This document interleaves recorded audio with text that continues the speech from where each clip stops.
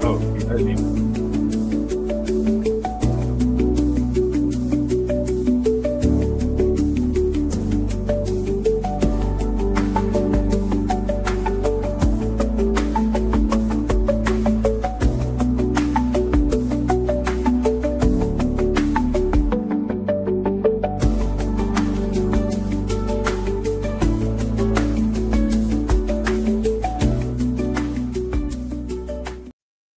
Come alive, two ex-players in the studio, ready to thrive, friends and fans, uniting with the truth, sharing the passion, yeah, that's our proof. Chasing the highlights, where dreams come alive, two ex-players in the studio, ready to thrive, friends and fans, uniting with the truth, sharing the passion, yeah, that's our proof. We treasure the legends, those who paved our way, in every single chapter, we're here to stay, breaking down plays, had a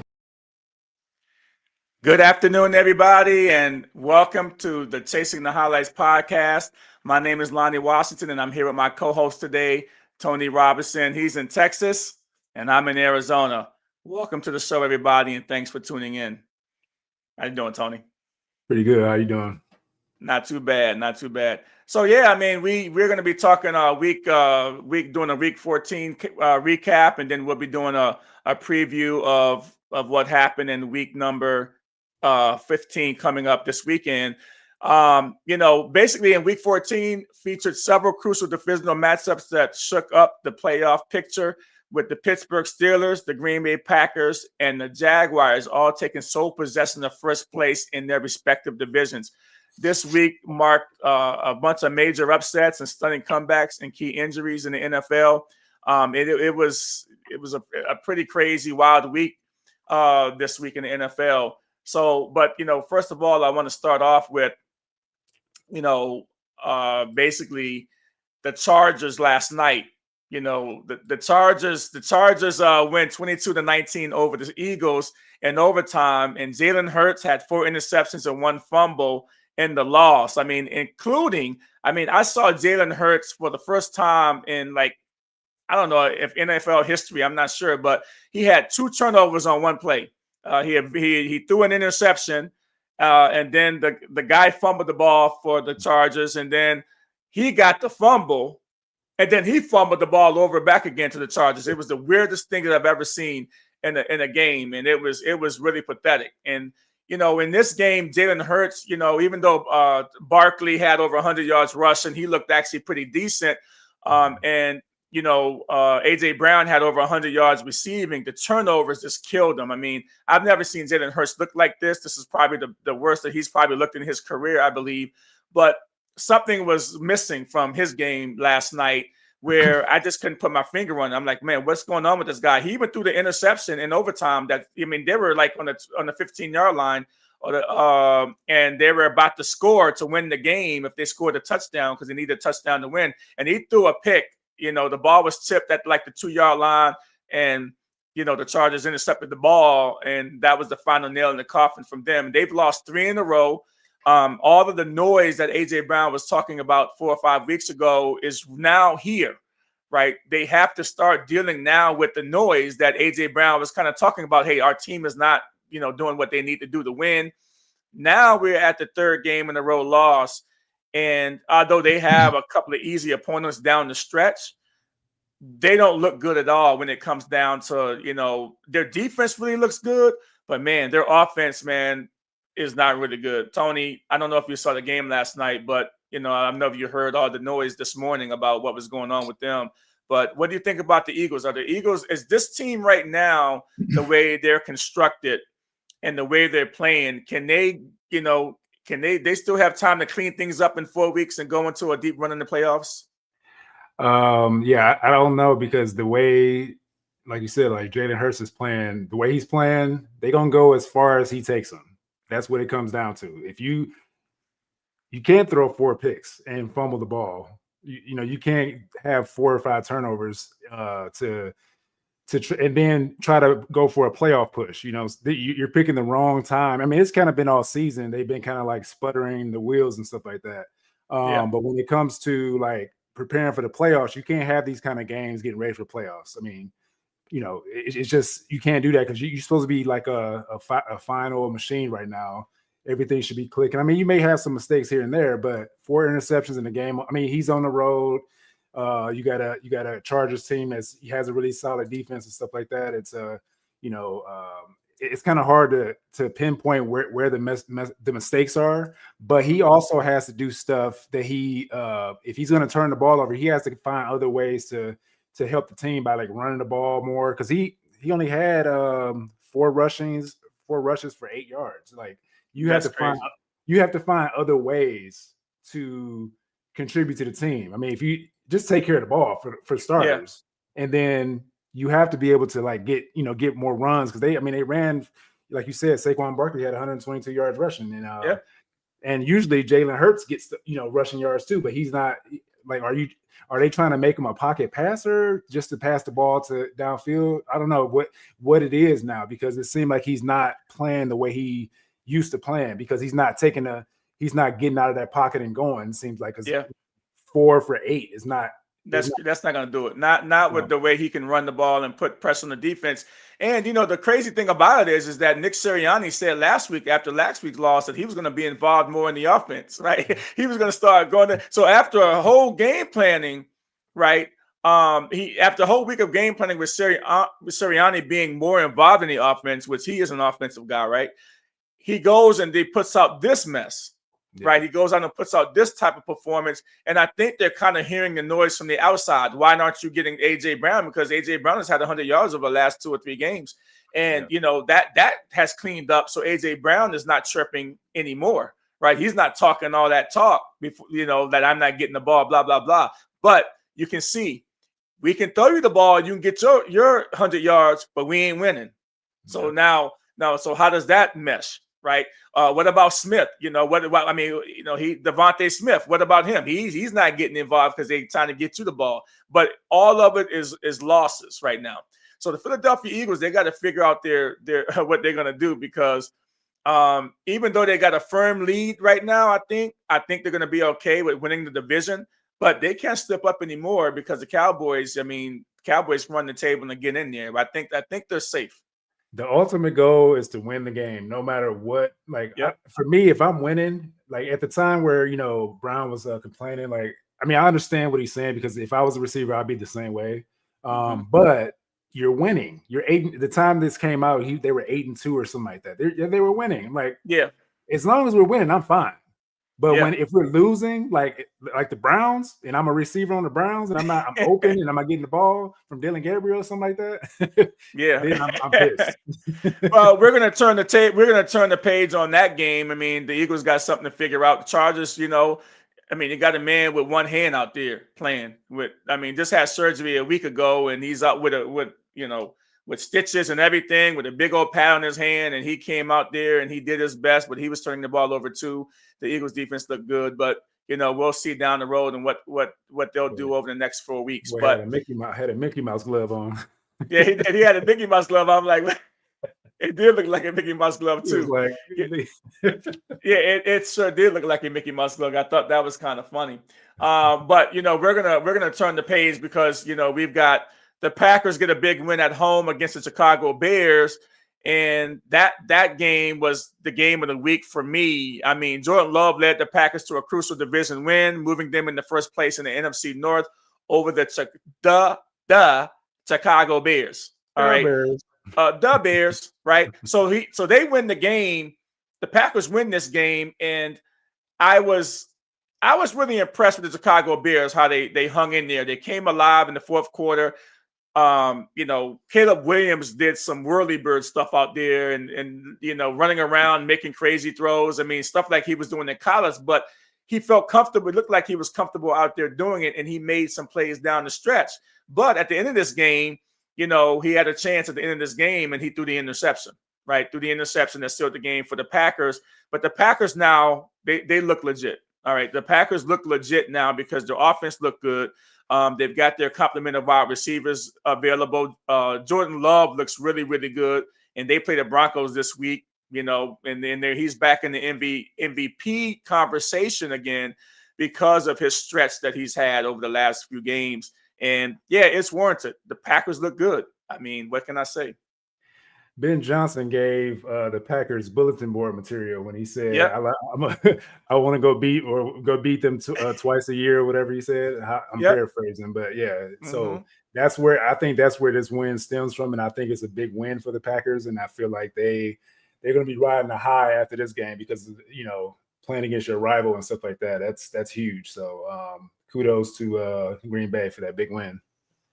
Yeah, big win, and it's crazy because the Packers go from first place in the NFC in the playoff picture down to the 7th seed. So that loss put them down in the 7th seed, which is crazy, and that's how good the East is right now.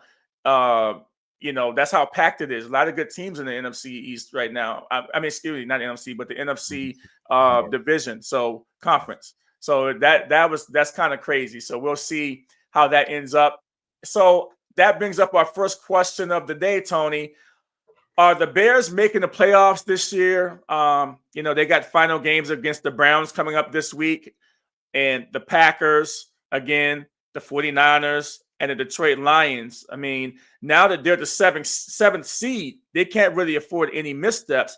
And we'll be talking about the game with the Browns coming up too, which I think is going to be kind of interesting. But then you've got the Packers. Say they get by the Browns, can they get by the Packers? And can they get by the 49ers in Detroit, who's going to be playing for a playoff spot? I'm not quite sure if that's going to work for them. I could see them getting maybe 2 out of the 4. I mean, I don't want to go against my team. I'm always pick my Browns, of course, but if you ask me this question, I'm looking at the Browns and potentially the Lions. I don't know. Yeah. I don't know. I mean, but that's going to be a good game, though. It's hard to tell. I mean, they got a shot, but I don't think they can beat the Packers again. I don't think they can beat the Packers because the Packers at home, maybe they can pull something out. They're going to be going to the Bears to play the Packers again. Yeah. So the Browns travel this week to them, and then the Packers, and then you got the 49ers, the Lions. Man, they've got a gauntlet there the next 4 games. And remember, they already are on the last place. They have the last spot right now. So they're not leading the North anymore. So they have the last spot right now. So that means that's going to be a tough gauntlet, right? And the only reason why I picked the Browns because I don't feel like they want to win because the way that they've been. We're gonna get into that later, but yeah, how they've been playing these last couple games, the sabotaging going on. So yeah, I think overall, I don't. To me, I think that the Bears might not make the playoffs. I'm gonna go ahead and say the Bears aren't gonna make the playoffs only because of this. The Browns, they might get by potentially, but the Packers again, and then even if they get by the Packers, they've got the 49ers and the Detroit. With Detroit, the win, it could be a situation to where the Lions, the winner of the Lions game. And the last game of the season, the Bears and the Lions, that might be for the last playoff spot. So, assuming that Dallas, the Lions don't get a couple of more wins. Well, they're playing at home, so they got a shot there. That could with be Detroit. Detroit. They play at home, so you got Detroit out of the dome. Out of the dome. So we'll see how that goes. But I think what Detroit does travels. I think that they can win outside the dome. I think that they can. They don't have to run the ball in that cold weather. Yeah. And so which brings us to this game that everybody's been talking about. I mean, this game is the top 5 worst teams in the NFL as far as record, right? And everybody's talking about this game. It was a 31-29 win. The Tennessee Titans win this game. A shootout between 2 rookie quarterbacks. One number 1 overall pick and a 5th round pick. Tony Pollard has some big runs to seal the win for the Tennessee Titans. But Shedeur Sanders had a really good game in this particular game. I think at one point he was getting sacked and tore up and everything in this particular game. And I think, Tony, you kind of text me. It's like, oh, they got a good defense. I'm like, no, they don't. The Titans is ranked the 24th defense in the NFL. So he should be putting it on them. And then all of a sudden, Sanders started coming alive a little bit more. And that was kind of how we kind of left it. And then, the loss and the way they lost at the end was insane, totally insane. And I told you a couple of weeks ago, Tony, I remember telling you this in our podcast. I told you a couple of weeks, Tony, that you know what, Tony? I'm tired of seeing the Wildcat. They started this out from Jump Street. All right. When Sanders got in the game, I'm like, why the hell are they going for 2 points or 2-point conversion? And Sanders is not the quarterback behind center. They wore this Wildcats thing out. They're not fooling anybody. It's a total mess. And so with the game on the line, to tie this game and the game on the line, when they got the touchdown, all they needed was a 2-point conversion in this game. They took Sanders off the field and they put Junkins in the Wildcat. And I'm like, oh boy. And it was just a hot mess. And this is the reason why they lost this game. There's a lot of other reasons, but this is one of the main reasons why they lost this game. So, Tony, I'm going to give you the floor. Talk about what the hell's going on with Cleveland Browns and how they're doing this Wildcat thing with Sanders. Just kind of give me your insight just on the whole game and kind of break everything down towards the end. So I'm gonna start by saying this. I've been a Browns fan for 45 years since I was born. I was born into this. So, but for all those people that come in the comment sections gonna say, "Oh, you're a Shador truther." Yes, I am. I'm a truther now, baby. It's perfect timing right now. So I'm gonna leave that there, right? Okay. So to talk about this game, you know, I was heated. You know, I was heated. I was in here yelling, right? Yep. So we're down 14. He brought us back. Final drive. Brought us back into the red zone. You go Wildcat. And it when they first started doing it, it was working, right? Mm-hmm. But then soon as Junkins come in, now they know what's coming. Yeah. Even if you try to put a wrinkle in, they still gonna hone in on him. And he didn't know what to do with the ball. That's what happened. He was like, "Oh, what was going on?" Like it looked like it was going to be a reverse. Was it going to be a reverse? Yeah, it was supposed to be a reverse, but if you'd have gave the ball, it was open for the touchdown. All you had to do was give him the ball because he only had one guy that was being blocked, and the lane opened up for the touchdown. But I don't know what happened. He just had a brain fart. I don't know what it was, or Stefanski told him not to score. that was bad. It's bad because there's no way to me. Like you said, I've been saying this for so long since they've been doing this Wildcat. Why he's not in the game in the red zone? Because I feel like when you have multiple options in the red zone versus one option, you know, when Junkins coming to the game, you know what he's doing, right? Right. And any wrinkle you put in there is still going to be honed in on Junkins. And so with that being said, you get multiple options because now Shador is running the ball. He's actually getting rushing touchdowns now too. And adding that element to his game is throwing people off because they just think he's a passer. So if knowing this, why not have Junkins and him in the game at the same time? Because you got the option to run. You can even do a read option if you're going to do something, crazy, or pass and then give him an option to run. So in that scenario, to win the game, he brought us back and he had a game-winning marching drive that a lot of these quarterbacks are their career is like they have a whole bunch of stats about game-winning drives and stuff like that. And you just took that away from this guy, this rookie, that you say you care about and want to be better. But I don't believe that, because if you want him to be better, you let him be in that situation. That was his situation. He brought y'all back, and you give it to Junkins. Like, what are we doing here?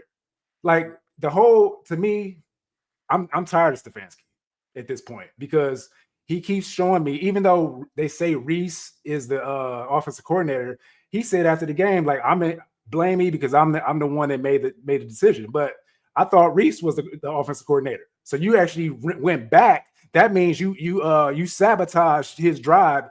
If Reese called all the plays to get them back into the game, and then you called that play at the last minute to throw everything off to take Shador out of the game, then that shows that it's sabotaging. And just like the previous game, you're gonna go for it on 4th and 1 on our side of the field, and then San Francisco just went on a run because you gave them the ball right at the damn goal line. Excuse my language. Yeah. But it's like when you got that, it's like it's constant like sabotaging. And I don't come from me in the comment section. I don't care, because that's how I'm a true. I watch every game. So explain to me who goes, because I don't think Stefanski and Shedeur Sanders can exist for a full season. And so to me, one of them got to go. Either they can trade. Well, now I can see that he can be trade bait. They can trade Sanders to any other team now. He's got enough on tape to be developed. So, and then Deshaun Watson is going to be healthy next year. So what gives in Cleveland? Is Stefanski going, or can Sanders coexist with Stefanski's offense, and Stefanski believes in him? And let's just go back and say this. Stefanski has come out and said yesterday that Sanders has earned the right to be his starter through the rest of the season. Yeah. So he's got the ball the rest of the season. So is that Stefanski, somebody beating Stefanski over the head, or Shedeur Sanders is like, yo, I'm going to force your hand. So either you're going to let me play through my play, or you're going to be gone. So I don't even know what's going to happen. So what do you think, Stefanski? Because I don't think they can exist on the same team for a whole season. Who goes? So let me start here. We got a big old stadium being built, an indoor stadium, right? You got this indoor stadium, right? What better person to put cheeks in the seats? Shedeur Sanders for the future. Like this is how I think about it. It's the future of the organization, right? So with that being said, the reason, I mean, you can, for the Stefanski comment of like him playing the rest of the season, he has the save face because he's being like, he has egg on his face right now. Like he's like, oh, I mean, I didn't know he's going to do this or whatever. I mean, we knew who he was. We knew who Shedeur was when he was getting drafted. Everybody, Mel Kiper, all these guys were talking about this kid, talking about how good he was and how he should have been a first round pick. But, people will talk about it in the comment section. Oh, he's a 5th round pick. He's not that good. Like, shut up. And we see it. We see that he's good. And it's just so annoying that, and I feel like, to answer your question, either Stefanski has to go or he has to do something like he got to get rid of Dillon Gabriel. Dillon Gabriel has to go. If he gets rid of Dillon Gabriel, then I can see that he wants to keep his job with the Cleveland Browns because he sees the future or whatever. I don't know, but Dillon Gabriel has to go because you got his wife in the on social media talking smack about the team wants Dillon Gabriel to play. I'm like, in what world was that? Like how can like no one? I'm a Browns fan, so I've never heard anybody say Dillon Gabriel. Up until like when Shedeur has been starting, nobody has said, "Oh, we want Dillon Gabriel back." Nobody has said that. Like that doesn't make any sense. Why would even any of his teammates say this when they know he's behind because Shedeur didn't get the reps. So they know he has like a ramp up period to get this, to where he needs to be. Like there's no like logical reason why Dillon Gabriel would be the man. So to answer your question again, I think the only way Stefanski stays is if he buys into the Shedeur, because it's going to take over. Like Shedeur is already taken over. Like maybe the owner and the GM was like, dude, you got to start this kid the rest of the year. If you want to keep this job, or and we can get rid of Dillon Gabriel. I mean, they may try to bring in Deshaun Watson next year to be like a stopgap to get him more development, but I just think that Deshaun Watson should be a backup to him, even though he's making the big money. I don't care about that. I mean, or make them have a competition at the beginning of the season, like they should have did with Dillon Gabriel. Like, okay, somebody going to be traded. They can't exist in the same team. Deshaun Watson and Shedeur Sanders can't exist in the same team. Deshaun Watson has been helping him. But because he hasn't been healthy. But Deshaun Watson, a healthy Deshaun Watson coming back next season, he's not going to want to help Shedeur beat him out for a potential job. And I don't know if Shedeur Sanders can beat Watson out. That's my problem. I don't know if he can beat him out.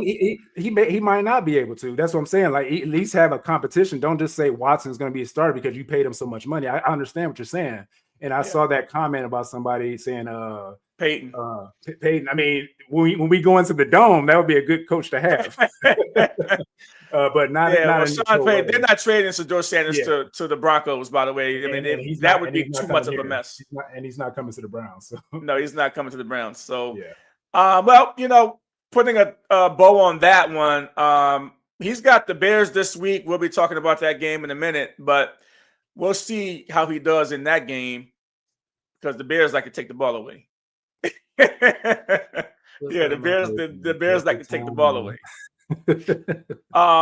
So moving on. I mean, they had the Buffalo Bills game this week. That game was crazy too. I mean, I was kind of peeking into that game, watching the snow and everything. And that's real football, by the way. You start seeing the snow come down. I think they had a little snow too in Cleveland too. So I love this time of year because now the running games and stuff. But you would think that the running games were going to be it, but the Bills made big defensive plays late in the comeback in the fourth quarter to get a big win against the feisty Joe Burrow-led Bengals. And I got to tell you, in this game, Joe Burrow lost this game for his team. With the 2 turnovers at the end, Joe Burrow lost this game for his team. And along with any playoff hopes that they had coming down the pipe. All right. So they lost this game. Joe Burrow had a great game. He threw 2 picks at the end, lost the game. Bills Mafia is going crazy. Now they have a big showdown coming up this week. But that Bills team, man, I'm going to tell you this. I'm going to tell everybody this about the Bills. So Josh Allen, he's not going to have Patrick Mahomes in the playoffs this year. He's not going to have Joe Burrow in the playoffs this year.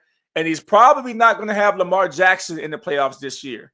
So when you look at, Josh Allen's quarterbacks that he's lost to, those are the big 3 that he's lost to in the playoffs. That's knocked him out the playoffs his whole career, by the way. And they're not going to be in the playoffs this year. So now you tell me who in the AFC now is going to knock off Josh Allen and stop him from getting to the Super Bowl this year if he gets to the playoffs. Because clearly, you got the Texans, that the crazy defense with the Texans. You have the Colts that are on the downswing right now. The New England Patriots, who they play this week, could be that team combined as a team because they've already beat the Buffalo Bills. But this has been an amazing to watch. This season is so long with 17, 18 weeks that the ebbs and flows of this the NFL season is like a soap opera. Now the Bills are in perfect position to kind of run the table and get into the playoffs with none of the guys that's knocked them out. So Tony, what do you think about that? Well, I have 3 teams that could potentially do something, but the thing about it is with the Bills, they're battle tested when it comes to playoffs, but then they kind of sputter against those guys you said. But with those guys out, we don't know, the sky's the limit for them because we don't know what could happen. But when you have good defenses like Denver, you got New England that takes stuff away and stuff like that. And the main one for me, you got Houston too, but I think Denver is the wild card here because their defense is so stout, and we don't know how their offense is going to play when the playoffs come. And the Buffalo Bills have been giving up a lot of rushing yards and stuff like that. So I feel like in the playoffs, I feel like Bo Nix would probably run a little more, than the run game would take off to a different level because they need to do something else because they're not consistent for some reason. It's like Bo Nix needs to run the ball more, or they need to figure something out with the run game. And I don't know, because they have solid receivers, but because you don't have a good consistent running game, you can't get the passing game going. So, and they play in the cold weather and, mile high and stuff like that, but it depends where they're playing too. If they're playing in Buffalo, it's gonna be hard to win in Buffalo. Yeah.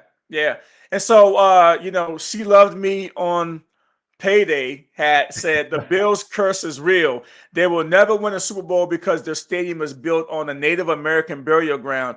That's well known since the 80s. Wow. That's a hell of a statement. As a Commanders and Redskins fan, She Loved Me on Payday. A lot of people thought that's why the Redskins couldn't win because they have the Redskins name and blah, blah, blah. But they won most of their Super Bowls with the Redskins name. Okay. So, they took the name away. We know that whole story of how they took them. Now that they're the Washington Commanders now. And, so we already know how that is. But I'm not quite sure that is going to hold true. It could. But now we're talking theories here. So I don't know if that's real, but I think that this year, if they get into the playoffs, they have a real chance to win because I think that they don't have those those quarterbacks. They got a bunch of young quarterbacks that's coming in that has net. Well, CJ Stroud has been there the last couple of seasons, but that with that defense that they have over there, and and Lawrence is in Jacksonville, he's too unpredictable. He's too unpredictable too. So I think that there could be a clear path for the Bills to get in the Super Bowl this year because his nemesis that have knocked them out the playoffs the last 5 years is not there anymore. So we'll have to see how that pans out. We would normally take our break, but we're going to keep running. Right, we're going to keep going. But at the end of the day, we'll see how it really pans out, guys. I don't know how this is going to pan out. So we're gonna head into start looking at some Week 15 stuff, and Week 15, give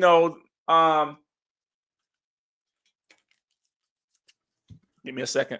Week 15 features two crucial matchups as teams jockey for playoff position and the division titles. Key games this week is the AFC East battle between the 9-4 Bills and 11-2 Patriots. I saw the struggling 6-7 Chiefs host the Chargers, and the 9-4 Jaguars looking to maintain their position against the 3-10 Jets. I mean, the Jaguars get a really good gift here in that particular game. But when we start to really look at games, when we start looking at games this week, we have the Bills at the Patriots. So, my buddy Danny Bro there, that's a Patriots fan that was on our podcast like 5 weeks ago. He's a big time Patriots fan, and he's basically saying that he thought that they were going to split, that they were possibly going to lose this game. I'm not quite sure what he thinks about it now, but boy, you got the Patriots coming off a bye this week. I'm not sure what the line is in this particular game, but this game here is going to be crazy. It's pretty much even, -1.5 for Buffalo. -1.5 for Buffalo going into New England, and New England's coming off a bye week. And I think the Patriots are going to be ready for them. I'm picking the Patriots in this game, but I'm cautiously picking the Patriots only because the Bills are playing really good football right now. And they're battle tested, and Josh Allen and all those different things. They have to run the ball. They can't get too pass happy. But this is the time of year where you have a guy, Josh Allen, that's making $50 million plus a year. This is what you pay this guy for. And if the Patriots win this game, man, you have to really start looking at the Patriots going potentially deep in the playoffs because they would have beat the Buffalo Bills twice, and they could meet them a third time in the playoffs potentially too. Yeah, Bills Mafia. I like everything that y'all do and stuff like that. Don't come after me. Don't come after me, Bills Mafia. But I think the Patriots gonna take this game. It's gonna be a close one. I think he's probably win by a field goal. Yeah, I got Patriots in this one. Man, yeah, it's gonna be a good game. I don't. Man, it's gonna be one to watch. I'm gonna pick the Patriots, but I don't count on Josh Allen. I hate to go against Josh Allen, but the Patriots play great team ball as a whole, and their defense is suspect. And I think that the way the offense of the Patriots is playing with their running game and everything else that Drake May is doing, I think he's going to present a lot of problems for the Bills. But we'll see. So now we're going to be looking at the Packers at the Broncos. Now, this game here is going to be a really good game. I mean, the Packers need this game more than the Broncos need this game. The Packers need to win this game, and they're going. And remember, the Broncos are coming off a bye week also. So no, the Broncos aren't coming off a bye week. Excuse me. Well, I would say they're coming off a bye week because they played the Raiders. They played the Raiders this week, so it's kind of a bye week. It was a tune-up for this game, but the Packers going in to play the Broncos, and now we're talking about Jordan Love. Jordan Love now has gotten himself back into the MVP conversation because of the last 3 games that he's played. He's been hot, not turning the ball over a lot. And, you got Jacobs, too, running the football hard like he did against the Bears. And now they play a tough Broncos defense. throw the weather out. The weather is not going to be a problem for either of these teams, because I would tell you that probably Green Bay is probably colder than colder than going to Denver. But throw everything out the window in this game. The Packers at the Broncos. I'm picking the Packers only because 2 weeks ago the Broncos went into Maryland and barely won a game in overtime against the horrible Commanders that I haven't even talked about because they got blown out this week. So the Broncos struggled with the Commanders in overtime a few weeks ago. Now you got the hot Packers going to play the Broncos. I'm picking the Packers in this game. Okay. So I'm taking this. Okay, so we can throw the weather out there because Packers throw that out because they both playing cold weather, but you got that mile high. That mile high is going to be different for the Packers. I mean, I don't know if that's going to play a factor. I think that Packers still can do. They can still do their thing because all they got to do is run the ball or whatever. Do what they do, but I think this is going to be a low scoring game, really close, and it's probably going to be like a field goal winning game or whatever. But I'm gonna take the home team, the Broncos. Because I feel like the passing game is not going to be able to get off like it does against the Raiders, those other teams and stuff like that. With this Broncos defense, they play really well, and I think that's where the Packers kind of, unless they run the ball a lot more, that's the only way they can actually get some balance and stuff like that. If they can't run the ball, if they can't run the ball, then the passing game is going to suffer. Yeah, I mean, I'm picking the Packers to win this game. I'm kind of riding them a little bit right now because of that defense they have to. Parsons, he causes a lot of problems, and Bo Nix, Bo Nix is he's okay, but he's doing enough to win. But I think that they're going to get after Bo Nix. That mile high is going to slow that defense down. Yeah, I don't know, man. I'm kind of leading towards the Packers in this game. So we'll see. We'll have to see how it pans out. But Packers, I think you're going to probably get a win in this game, in a close game. 3-point game either way, I believe. Also, so I don't even know why we even talking about this game. The Browns at the Bears. But one of the reasons why I'm talking about this game is that everybody, and this is why I say the Bears aren't going to make the playoffs. As good as their offense have been, and Ben Johnson and Caleb Williams has been pretty solid, the Bears is 26th in the league in points allowed and 27th in yards allowed, but they're number one in takeaways. This is how the Chicago Bears have been winning these games. Caleb Williams has had 5 comeback wins, within the last 5 minutes of the game. You can't keep winning like that, first of all, right? It's hard to win like that. We saw the Commanders won like that last year. They can't win like that again this year. And so the Chicago Bears have been winning off of those turnovers and winning off of Caleb Williams' comeback wins in the fourth quarter. But that defense is a little porous. And this defense might be worse than actually the defense that the Titans have. The Titans defense might be better. Listen to this. A 2-win Titans team defense might be better than, from a stats perspective, than the Chicago Bears defense. And we saw last week that Shedeur Sanders had 74 yards passing or whatever. He had 364 yards passing last week, 3 touchdowns, 1 interception against the Titans defense. But the difference is that he didn't turn the ball over a lot. He had 1 turnover, 1 interception. So, Tony, tell me how the Browns traveling to the Bears, how do you think first Shedeur Sanders is going to do in that Bears environment?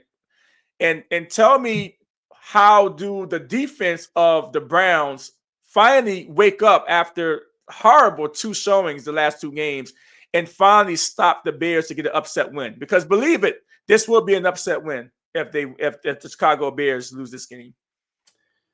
So I feel like Shedeur, everything he's doing right now is putting on a show because it's showing proving people wrong. So he's on a tour because the Bears passed on him. Even though they already had their quarterback, every team in the NFL passed on him. So he's on a revenge tour this early in his career. So I feel like he's going to go into Chicago and do something similar that he did against the Titans because, like you said, they give up a lot of points, but I feel like he's going to take care of the ball a lot more. As long as he can hold, he doesn't fumble the ball. I don't think he's going to pass that many interceptions, but if he doesn't fumble the ball, because they do have a good front that gets in and like disrupt and stuff like that. But for the defensive side, when are y'all going?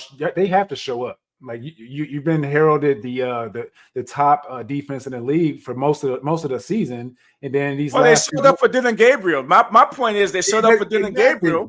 This is what I've been saying. Every time I'm talking in the comment section on all my Browns podcasts, is like y'all picked a great time not to show up when Shador starting. Like it's crazy. Like when Dylan Gabriel wasn't doing anything, nobody was yelling at him, going at him, berating him on the sideline like Judy did. And the defense played lights out. And all of a sudden, maybe because it's cold outside, they don't want to hit no more. Usually when it's cold outside, nobody want to hit. But you playing in Cleveland, this is what it is. Did Garrett get a sack last week? Yeah, he got one. He's at 20. Closer. But they're triple teaming him. They show that they're trying to keep him from getting that record. So, but I feel like the Browns could get this one. Even though I said earlier I'm kind of contradicting myself, but this is the only game that the Bears can have a chance to win if they did, because I know we're not trying to win because we're trying to get that draft spot. I'm pissed off ahead of the Commanders. I'm pissed off for that, y'all. This is a game y'all should have won against. We're going back against the Titans. You should have won that game because we got blown out. The Commanders got blown out, and I want the draft position. When your team is not doing well, the only thing you have hope for is that you continue losing so you can get draft position.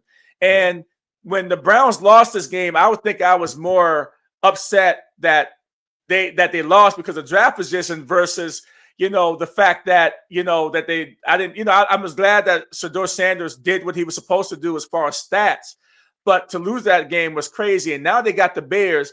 I want them to upset the Bears. I don't think they're going to do it, but I need them to upset the Bears somehow to get a win. Yeah, I mean, it became clear to me after that Raiders game. They wanted to give them that Raiders game. It's almost like they want to give them that Raiders game to show like some trade bait for for him to go to the Raiders. And those games afterwards, like the defense didn't show up. Of course, it's kind of weird because that's the only game the defense showed up against the Raiders. But I mean, they showed up in the first half of the 49ers game, but then the second half they just went away.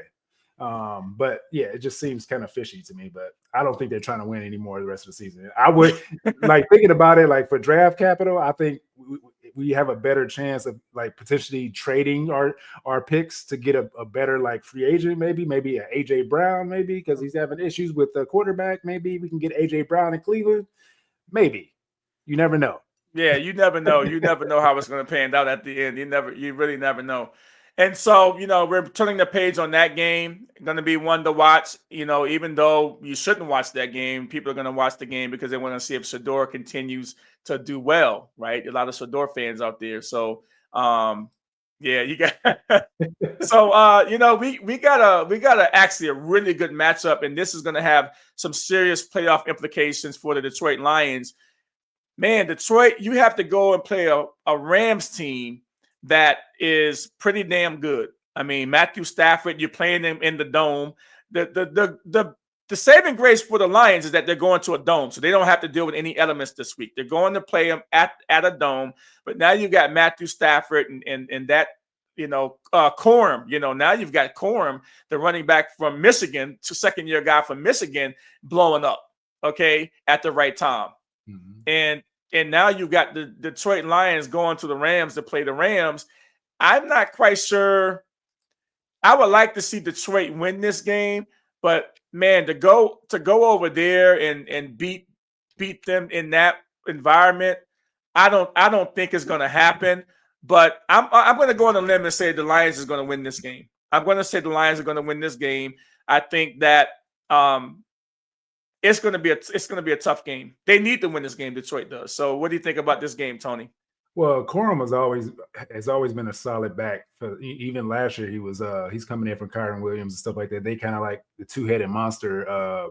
But I feel like it's gonna be tough for the Rams because if they get into a shootout, They got Puka Nakua. I mean, it's gonna be It's gonna be crazy. it's gonna be a It's gonna crazy be game. crazy. I think it's hard to pick this game. Yeah, it's gonna be wild. But I don't know what the line is on this game either. it's I don't think minus 5.5 for the for the Rams. 5.5. what? Wow, that's a big number. Oh Minus wow. 5.5. Yeah, I mean they going with the home team on this one. I mean, Wow. I don't know.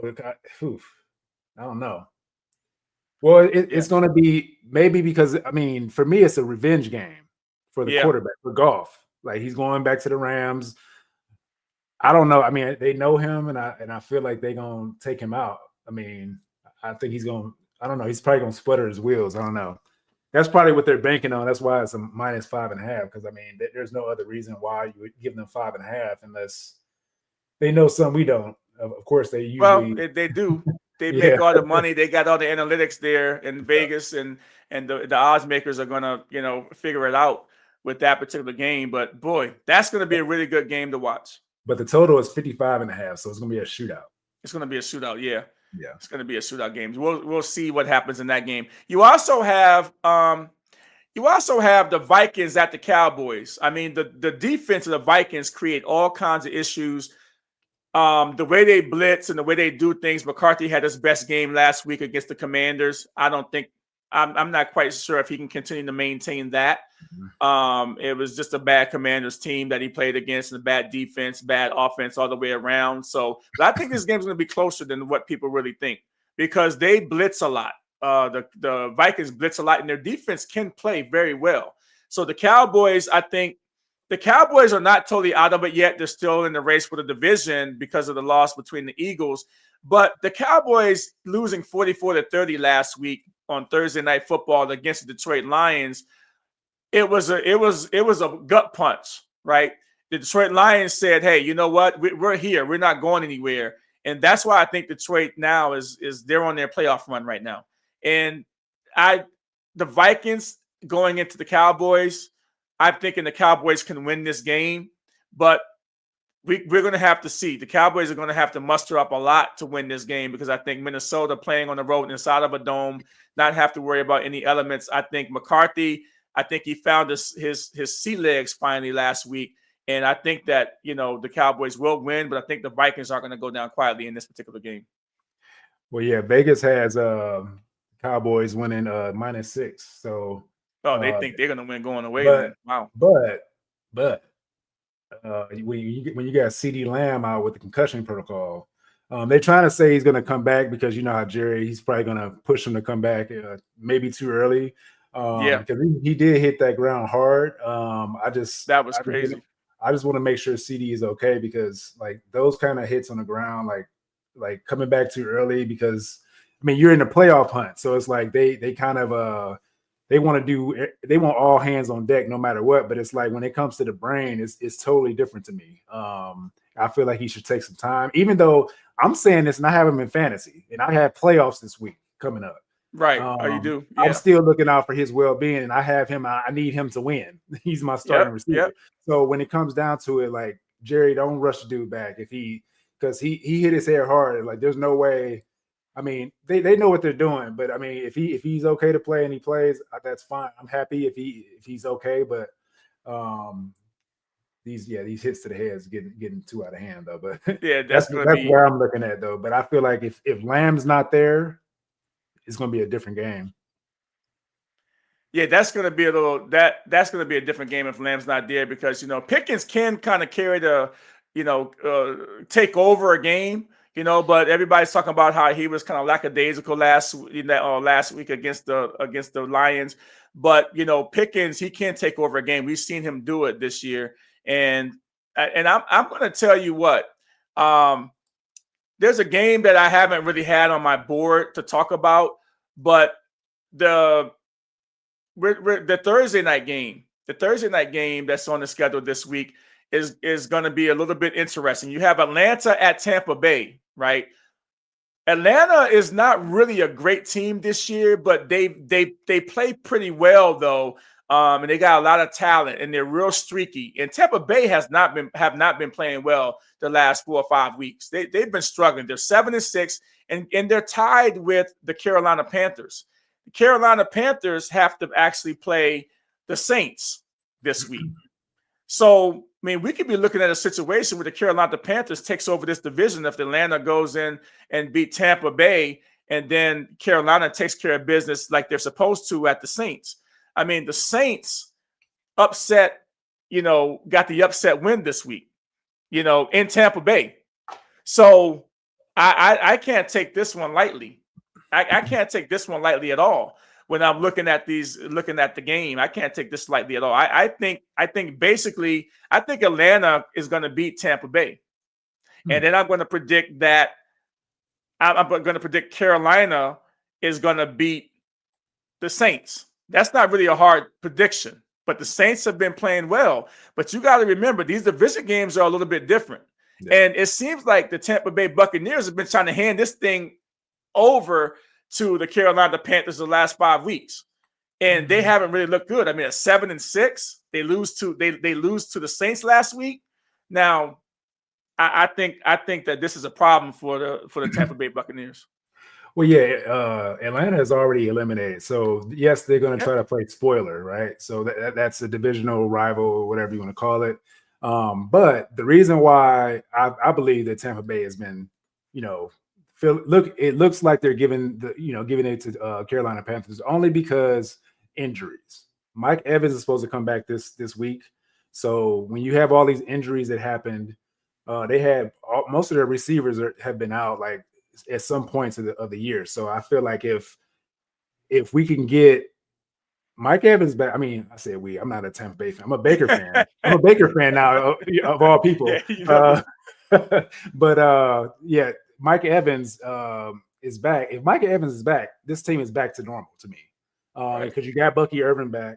Everybody, the band is coming back together, and I feel like they're going to start making this push there for the playoffs because like you said, Carolina's like scratching at their heels, like trying to get them to pull down and whatever. But Carolina should beat New Orleans, but New Orleans has been playing well, so that can be a toss-up too. So depends on what Carolina team you're going to get. Yeah, I'm just reading some of these comments, just going back a little bit. It says, Rasta Dread MK7TP says, I agree with Tony. Mile High is not going to help them at all. So yeah, I mean, Mile High might not help them. Yeah, I mean, that's what I'm saying. Like they gonna slow down a little bit. They're gonna be huffing and puffing, and they're gonna have to go get on that oxygen machine. The oxygen machine. They might get on the oxygen machine. And then Tone BC Waka. I'm sorry if I mispronounced it, but you can see it on the screen. Dak Prescott, 300 yards, 3 TDs versus the Vikings. I don't know. I mean, the Vikings defense, though, man, is a little tough. I mean, especially without a CeeDee Lamb, I don't think Dak will have 300 yards passing. Well, they're gonna try to push CeeDee Lamb to come back, but 300 yards. I mean, that means Pickens is going off, and then you got to throw the ball to your back out of the backfield and stuff like that too, and the tight end too. On the blitz though, being blitzed 60% of the time, you're gonna be blitzed 60% of the time in this game. Yeah. I mean, we'll see. I mean, I don't know. I feel like McCarthy's going to turn the ball over a lot, and is going to give them more opportunities, and that's why. That's probably how they can get that 300 yards. How Dak can get that 300 yards. So you're saying that is just the McCarthy is going to just turn the ball over to give them extra. We haven't talked about the Baltimore Ravens at Cincinnati. Baltimore at Cincinnati. I mean, Baltimore. We haven't talked about this game. How they really dropped the ball last week against the Pittsburgh Steelers, and now they're behind the 8 ball a little bit. And so you got Pittsburgh and Aaron Rodgers. They haven't been throwing the ball over 20 yards pretty much all season well, and they had like 2 or 3 passes over 25 yards against the Ravens defense last week. The Pittsburgh Steelers did. And now you've got, the Ravens that need a win going into to play the Bengals. And the Ravens, is something off about that team right now. I just can't put my finger on it. And I think it just might be Lamar Jackson's not healthy. Lamar Jackson might not be healthy, and the defense is not supporting him. And so now you go and play a mad team over there with the Bengals, And so I'm not sure what that line is, but that's going to be a tough game. It's in your wheelhouse because it's a AFC North division game, Tony. Who do you think wins this game? Because this is not a gimme game for the Baltimore Ravens by any stretch. I mean, the way I can't pick Baltimore, because the rivalry there. But it's mostly because of Lamar Jackson. Because I mean, I like Lamar Jackson. He's like one of my favorite quarterbacks that's playing right now. But he hasn't been playing like Lamar Jackson. He's been in a shell of himself this year, and I don't know what it is. I don't know if it's the offensive scheme. Like these teams are getting caught up with what he's doing. They find out a way. They have a blueprint to how to stop him now. Yeah. And the whole team. And I mean, I don't know what it is, but I mean, I know Henry is going to get a lot more carries. I feel like he should get more carries. And if Henry's getting more carries against this weak Cincinnati Bengals, but Cincinnati Bengals have been playing they've been playing good, solid. Because when Joe Burrow came back, I think he lit a fire under their butts. On the defense side too. Yeah, and he I mean, besides that last game, he threw some picks, but he usually takes care of the ball and like runs the clock down. It's like they possess the ball a lot longer, but I feel like still Derrick Henry against that defense, I feel like he's going to run him over. And then hopefully Lamar Jackson's okay to run, but it seemed like he has an injury like we talked about before. Yeah. Because he's not running like he usually does. So it's like, what's going on with Lamar Jackson? Does he have an injury that he's dealing with? If he can run the ball, I feel like they can win the game. Yeah. And one thing we didn't talk about that came out yesterday, which almost floored everybody and everybody, almost it floored everybody, is this. They're reporting now that the Colts, and we haven't talked about the Colts, right? I think the Colts are done. I think the Colts are done. Listen to me. I think the Colts are not making the playoffs with the way that, you see the Jaguars are playing, with the way that you see that, the Titans, but the I forget. The other team is playing over there, and that division is crazy. I don't think the Colts are making the team. So Phillip Rivers to work out for the Colts today is crazy. Yeah. So you got a guy that hasn't played in 5 years, and you have a guy that is 44 years old, and because of the injury of all the quarterbacks on the Colts, everybody's hurt. Everybody. They have to try to do this. What do you think about this, Tony? This is crazy. So I was talking to my guy, his name is Dustin, and he's a Colts fan, and he was telling me it may be good for Phillip Rivers because they haven't really gave up too many sacks. The offensive line hasn't given up too many sacks. The only reason why he gets hurt because he runs the ball and stuff like that or whatever. But if they can protect Rivers, I mean, if he's still got an arm, I mean, I think because he's a high school coach right now, so I think he's feeling himself when he's playing with the high schoolers and he's dropping dimes and stuff like that. So he like, okay, let's take it like this. I feel like he's looking at LeBron and like seeing LeBron he's still playing. He's older than LeBron, by the way. He's like, oh, let me see what I can do because LeBron's still doing it. Let me see if I can. It's a total different sport, but I don't know what lit a fire. I don't know what lit a fire under Phillip Rivers' butt yesterday morning or whatever to want to go try out to have a workout. I don't understand it, but if he does well, if he gets them to the playoffs, or gets them through the playoffs and win a Super Bowl, it's a damn good story. I have a theory that I've been thinking about. Why don't the Colts call the Cincinnati Bengals and ask for Joe Flacco? Right? They already said why don't the Cincinnati? Why don't the Colts call the Cincinnati Bengals and say, "Hey, we'll give you a fifth rounder. We'll give you back a fifth rounder for Joe Flacco to come in this week and lead you to a victory."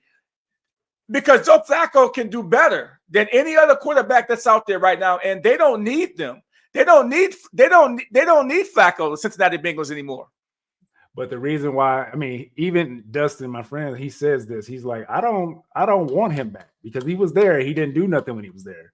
But this is a different kind of team, I think. And I feel like, you know, I don't know. But if they said they're going to release, they might be releasing him to go see if he can get a spot or whatever. But I don't know how true that was. I saw it on a post. Release Joe Flacco? They may release him because he wants to play now that Joe Burrow's back. Yeah. He wants to, you know, Boy. I don't know if he's talking about getting released to go to a contender maybe.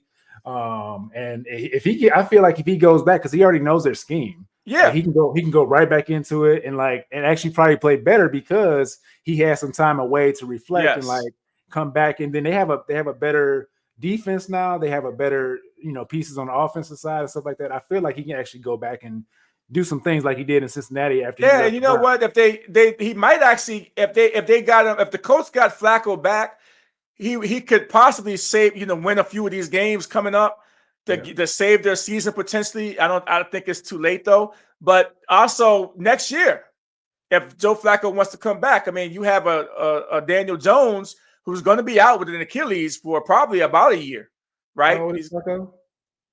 Flacco was what, 40, 41? So he's about the same age as Phillip Rivers. I mean, he's getting close to Phillip Rivers. So I mean, I mean, he's about the same age. He's about the same age as, you know, that bad man over there in Pittsburgh, Aaron Rodgers. So I don't really see this happening. But I would if Flacco played for his third team and went in there and got some wins, this would be amazing. I would be talking about this for a long time. This would be a trivia question. A trivia question, right? And the Raiders are next. They're gonna ask Tom Brady to come out of retirement. Like, yeah, it's gonna be wild. It's gonna be wild. Hey guys, we're out of time right now. So for everybody who tuned in, thank you for tuning in for Chasing the Highlights. This has been the Chasing the Highlights podcast with Lonnie and Tony. Thank you very much for tuning in, and we'll see you next week.